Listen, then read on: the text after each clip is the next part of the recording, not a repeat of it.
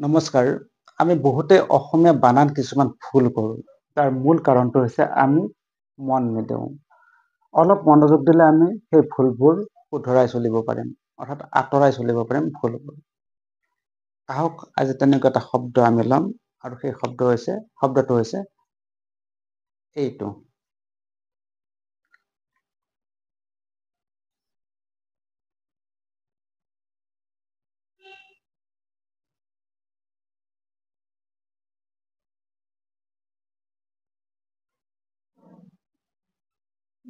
মত দীৰ্ঘৌকাৰ, হ্ৰস্বৌকাৰ আৰু দন্তত্ব আৰু দন্তত্ব লিংক কৰি দিছো ৰেফ, মুহূৰ্ত।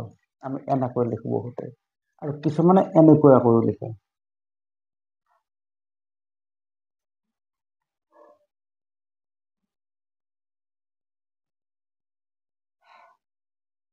এনেকৈও লিখে, আৰু এইটো এনেকুৱাকৈ লিখে, কাৰণ দ্বিত্বটো বৰ্জন কৰি এনেকুৱাকৈ লিখা হয়।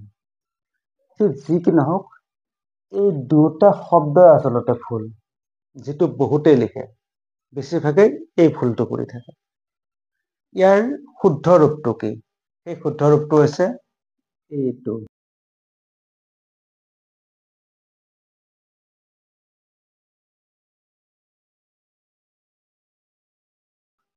শুদ্ধ ৰূপ।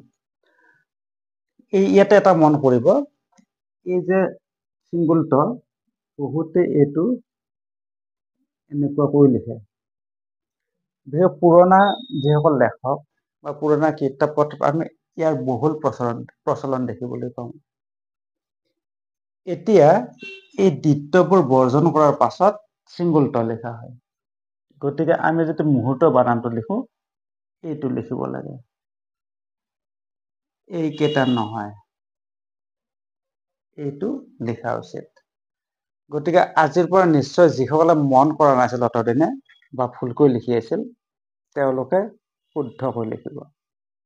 আমাৰ এই ভিডিঅ'টো যদি ভাল পাইছে, এটা লাইক কৰিব আৰু আমাৰ চেনেলটো অনুগ্ৰহ কৰি ছাবস্ক্ৰাইব কৰি ৰাখিব।